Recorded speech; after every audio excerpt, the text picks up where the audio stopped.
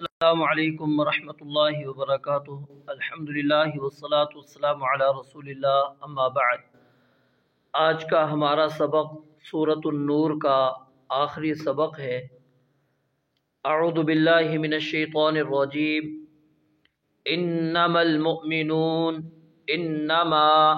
اس کے سوا کچھ نہیں، انما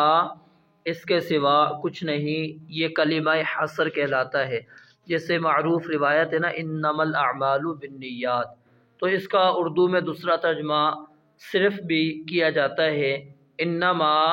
اس کے سوا کچھ نہیں، المؤمنون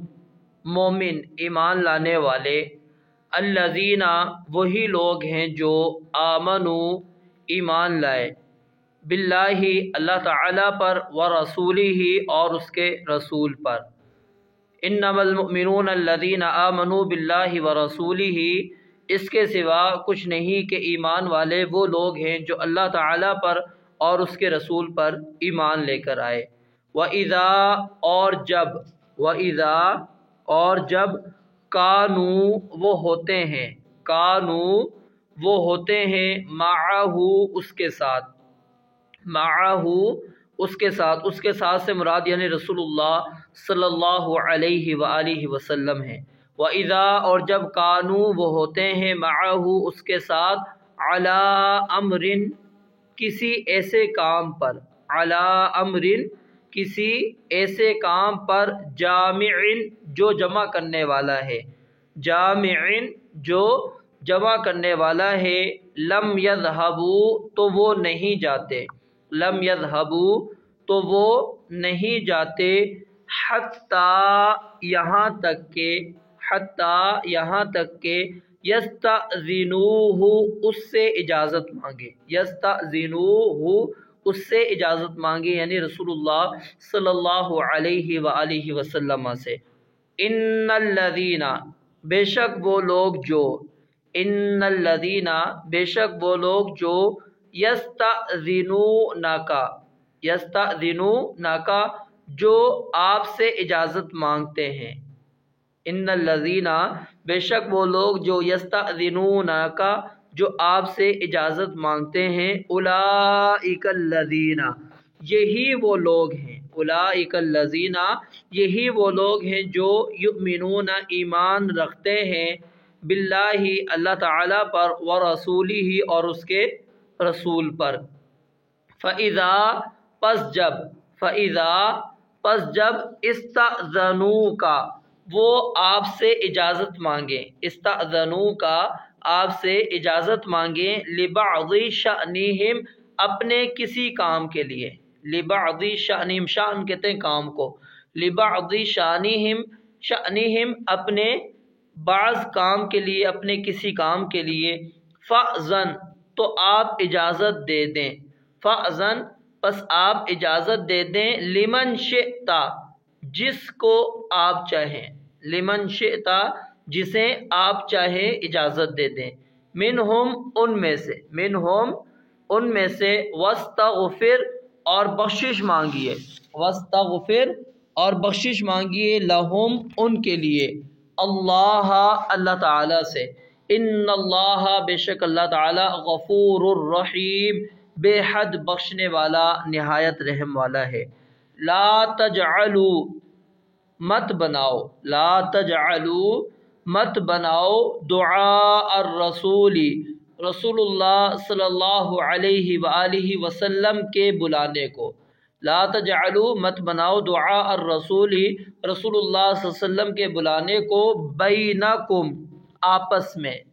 بینکم آپس میں اپنے درمیان، کا دعائی جس طرح بلانا ہے، کاف معنی طرح،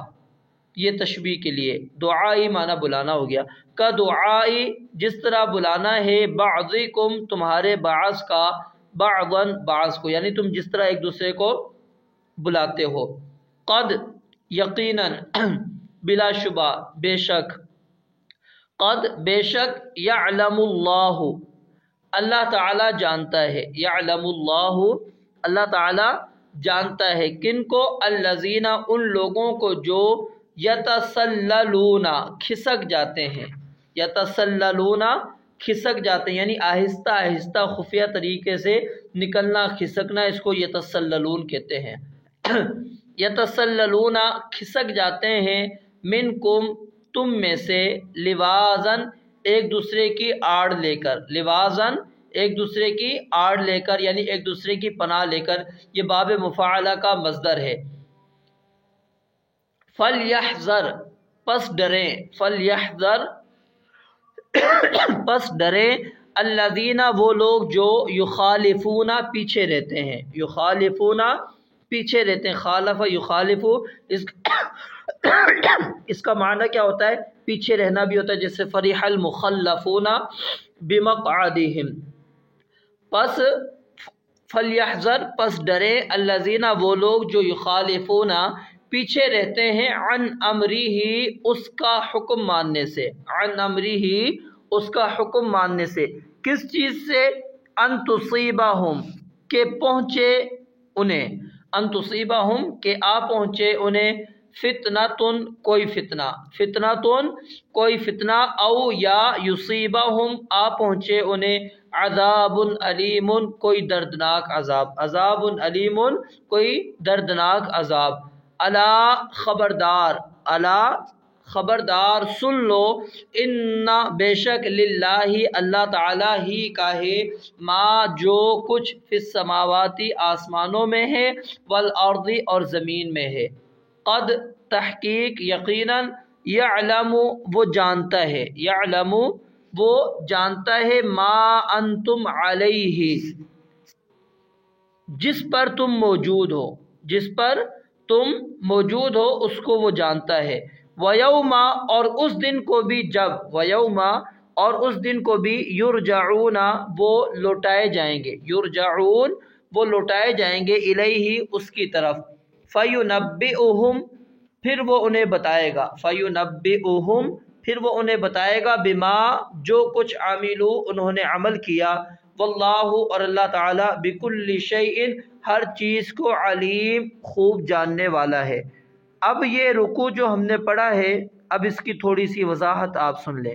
اس سے پہلے آپ نے احکامات سنے تھے، گھر میں جب داخل ہونا ہے تو اجازت لے کر داخل ہونا ہے، اس کے بغیر گھر کے اندر داخل نہیں ہونا۔ اور پھر 3 اوقات ایسے تھے جس کے اندر بچے، غلام وغیرہ، لونڈی وغیرہ وہ بھی اجازت طلب کر کر آئیں گے، اس کے علاوہ وہ گھروں کے اندر ان کے لیے باقی جو اوقات ہیں وہ بار بار کیونکہ آتے رہتے ہیں، اجازت مانگنا ان کے لیے ضروری نہیں، لیکن 3 اوقات کے اندر ان کو اجازت لے کر آنی ہے۔ اب یہاں پر اللہ رب العالمین نے نکلتے وقت اجازت طلب کرنے کا حکم دیا ہے، اور خاص طور پر جب کسی اہم کام کے لیے اکٹھا کیا گیا ہو، جمع کیا گیا ہو، مثال کے طور پر کسی کام کے بارے میں رائے لینا مقصود ہو، مشورہ کرنا مقصود ہو، یا جہاد کے لیے جمع کیا گیا ہو، یا پھر نصیحت کے لیے جمع کیا گیا ہو کہ تھوڑی دیر بیٹھیں، آپ کو واعظ کیا جاتا ہے، نصیحت کی جاتی ہے، یا پھر جیسا کہ خندق کھودنے کے لیے مسلمان اکٹھے ہوئے تھے، تو پھر ایسے موقعوں پر کیا ہے، منافقین اپنی جان بچانے کے لیے بلا اجازت نکل جایا کرتے تھے، جیسا کہ اللہ رب العالمین نے فرمایا قد یعلم اللہ الذین یتسللون منکم لباسا، کہ یقیناً اللہ تعالیٰ ان لوگوں کو جانتا ہے جو تم میں سے ایک دوسرے کی آڑ لیتے ہوئے کھسک جاتے ہیں، بھاگ جاتے ہیں۔ اور دوسری جگہ پر اللہ رب العالمین نے سورہ توبہ میں مزید ان کے بارے میں فرمایا کہ وَإِذَا مَا أُنزِلَتْ سُورَةٌ نَظَرَ بَعْضُهُمْ إِلَى بَعْضٍ هَلْ يَرَاكُمْ مِنْ أَحَدٍ ثُمَّ انصَرَفُوا صَرَفَ اللَّهُ قُلُوبَهُمْ بِأَنَّهُمْ قَوْمٌ لَا يَفْقَهُونَ، کہ جب بھی کوئی سورت نازل ہوتی ہے نا تو ان کے بعض کی طرف دیکھتے ہیں کیا تمہیں کوئی دیکھ رہا ہے، پھر واپس پلٹ جاتے ہیں، تو اللہ تعالیٰ نے بھی ان کے دلوں کو پھیر دیا۔ تو بعض اہل علم نے یہاں پر یہ بات نقل کی ہے کہ منافقین کے اللہ تعالیٰ نے صریح الفاظ کے اندر مذمت یہاں پر بیان نہیں کی، بلکہ ان لوگوں کی جو مسلمان ہیں، مومن ہیں، اور وہ رسول اللہ صلی اللہ علیہ وسلم سے اجازت لے کر جاتے، اللہ تعالیٰ نے ان کی تعریف کی ہے۔ اور یہی بات اس آیت کے اندر اللہ تعالیٰ نے 2 مرتبہ بیان کی ہے۔ ایک شروع کے اندر انما المؤمنون الذین، یعنی صرف ایمان والے وہی لوگ ہیں جو اللہ پر اور اس کے رسول کے اوپر ایمان لے کر آتے ہیں، اور جب وہ کسی ایسے کام پر جمع ہو جائیں جس کے اوپر ان کو اکٹھا کیا گیا ہو تو وہ نہیں جاتے حتیٰ کہ وہ آپ سے اجازت طلب کر لیں۔ پھر آگے اللہ رب العالمین نے فرمایا ان الذین یستأذنونک، جو لوگ آپ سے اجازت مانگتے ہیں یہ وہی لوگ ہیں جو اللہ پر اور اس کے رسول کے اوپر ایمان لاتے ہیں، یعنی بغیر اجازت کے وہ کھسکتے نہیں۔ اور یہاں سے یہ بات بھی ثابت ہو گئی کہ جو لوگ بغیر اجازت کے کھسک جاتے ہیں وہ کامل ایمان والے نہیں، یا تو وہ ایمان سے بالکل فارغ ہیں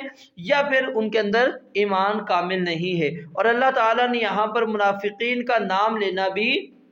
مذمت کے لیے پسند نہیں کیا۔ تو اللہ رب العالمین فرماتے ہیں جب بھی تمہیں بلایا جائے علی امر جامع، کسی جامع کام پر مشورے کے لیے، کسی رائے لینے کے لیے، تو پھر وہاں سے نہیں جانا جب تک کہ تمہیں اجازت نہ ملے۔ فَإِذَا اسْتَأْذَنُوكَ لِبَعْضِ شَأْنِهِمْ، تو یہاں پر اللہ رب العالمین نے یہ بات بیان فرمائی کہ اے نبی جب آپ سے مسلمان آ کر اپنی کسی ضرورت، اور ضرورت بھی یعنی جو اہم ترین ہے، وہ آپ سے آ کر اجازت مانگتے ہیں تو آپ ان میں سے جس کو چاہیں اجازت دے دیں، کیونکہ بسا اوقات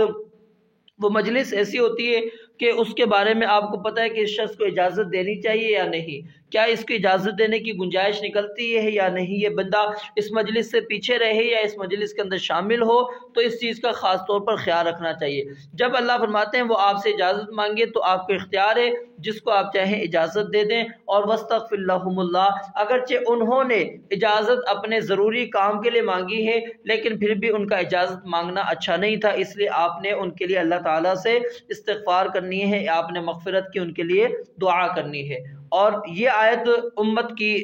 مصلحت کے لیے جماعتی نظم کی بنیاد ہے، کیونکہ سنت یہ ہے کہ ہر اجتماع کے لیے چاہے وہ چھوٹا ہے بڑا ہے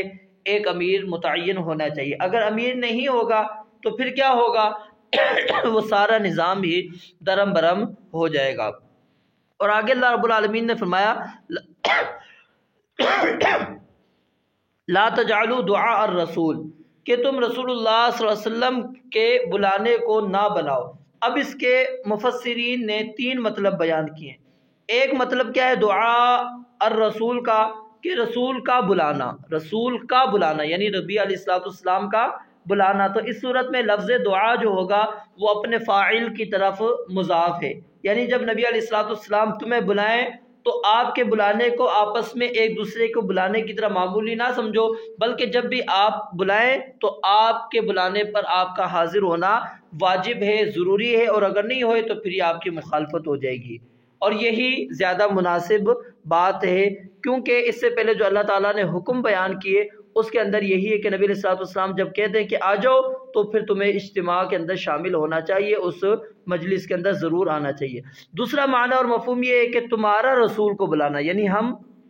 یا صحابہ سمجھ لیں اس طرح آسانی سے کہ صحابہ کا نبی علیہ الصلوۃ والسلام کو بلانا، تو اس صورت کے اندر دعا اپنے مفعول کی طرف مضاف ہے، یعنی رسول اللہ صلی اللہ علیہ وسلم کو اس طرح نام لے کر نہ بلاؤ جس طرح تم ایک دوسرے کو نام لے کر بلاتے ہو، بلکہ یا نبی اللہ، یا رسول اللہ، یا پھر ایسے القاب سے بلاؤ جن میں آپ کی تعظیم ہو، آپ کی تکریم ہو، یا ایسے لہجے میں بلاؤ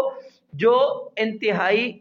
نرم لہجہ ہو اور اخلاق والا لہجہ ہو اور بالکل آہستگی کے ساتھ تم آپ علیہ الصلوۃ والسلام کو بلاؤ۔ یہ معنی بھی یہاں پر بن سکتا ہے۔ اور تیسرا معنی یہ ہے کہ تم رسول اللہ صلی اللہ علیہ وسلم کی دعا کو عام لوگوں کی دعا کی طرح نہ سمجھو، آپ کی دعا قبول ہو جائے گی اگر آپ کے حق میں کریں گے پھر بھی، اور اگر تمہارے خلاف ہوئی تو پھر بھی۔ تو اس لیے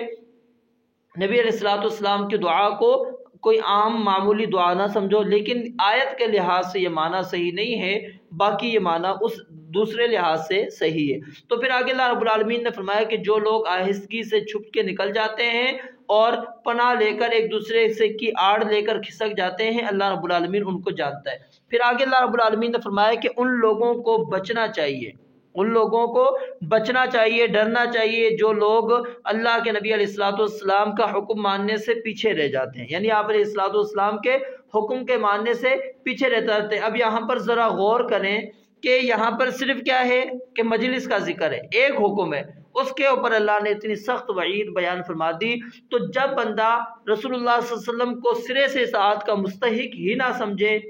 بلکہ دوسروں کو بھی اس سے بے نیاز ہونے کی دعوت دے، تو کیا وہ بندہ کامیاب ہو سکتا ہے؟ تو نبی علیہ الصلوۃ والسلام کی کسی بھی لحاظ سے مخالفت نہیں کرنی چاہیے، آپ کے کسی بھی حکم سے پیچھے نہیں رہنا چاہیے۔ اگر بندہ اللہ کے نبی علیہ الصلوۃ والسلام کے کسی حکم سے پیچھے رہتا ہے تو اللہ رب العالمین نے فرمایا یا تو وہ انہیں کوئی فتنہ آ پہنچے گا، اور فتنے سے مراد کیا ہے؟ شرک ہے، کفر ہے، بدعت ہے، کہ وہ بندہ کفر، شرک، بدعت کے اندر مبتلا ہو جائے گا۔ او یصیبہم عذاب علیم، یا پھر ان کو دردناک عذاب آ پہنچے گا۔ تو دنیا میں اس کے عذاب کی کئی صورتیں ہو سکتی ہیں، جنگیں ہو سکتی ہیں، لڑائی جھگڑے ہو سکتے ہیں، ساری صورتیں اس کے اندر داخل ہے۔ تو اللہ رب العالمین نے یہاں پر یہ جو او لفظ استعمال کیا، یہ مانعۃ الخلف ہے، یعنی یہ نہیں ہو سکتا کہ فتنے اور عذاب علیم میں سے کوئی بھی چیز ان پر نہ آئے۔ ہاں یہ ہو سکتا ہے کہ دونوں چیزیں ان کے اوپر اتر جائیں، لیکن عذاب آئے گا یہ دونوں میں سے۔ پھر آخر میں اللہ رب العالمین نے اس چیز کو بیان فرمایا کہ لوگوں یہ بات سن لو، اللہ ہی کی ملکیت ہے، جو کچھ آسمانوں میں ہے، جو کچھ زمین میں ہے، اس کے علاوہ کسی کی یہ ملکیت نہیں ہے، اللہ رب العالمین کی ملکیت ہے۔ اور اس لیے پھر نظام بھی اس کے اندر اللہ کا چلے گا، حکم بھی اللہ رب العالمین کا چلے گا، اللہ کے علاوہ کسی اور کا نہیں۔ اور پھر آگے اللہ رب العالمین نے منافقین کی بات کو مکمل کرتے ہوئے، ان کے مضمون کو مکمل کرتے ہوئے فرمایا کہ قد یعلم، یقیناً وہ اللہ تعالیٰ جانتا ہے کہ تم کس حالت پر موجود ہو، ایمان ہے تمہارے اندر نہیں ہے، اس چیز کو اللہ تعالیٰ جانتا ہے، اور اس دن کو بھی اللہ تعالیٰ جانتا ہے جب تم اس کی طرف لوٹائے جاؤ گے، یعنی قیامت والے دن، جس دن خبر دی جائے گی، بتلایا جائے گا اعمال کے بارے میں جو تم نے کیا۔ واللہ بکل شیء علیم، اور اللہ تعالیٰ ہر چیز کو خوب جاننے والا ہے، اللہ سے کوئی بھی چیز مخفی نہیں ہے۔ رب العالمین سے دعا ہے اللہ تعالیٰ ہمیں سورۃ مبارکہ جو ہم نے پڑھی اس کو سمجھنے اور اس کے مطابق زندگی گزارنے کی توفیق عطا فرمائے۔ وآخر دعوانا ان الحمد للہ رب العالمین۔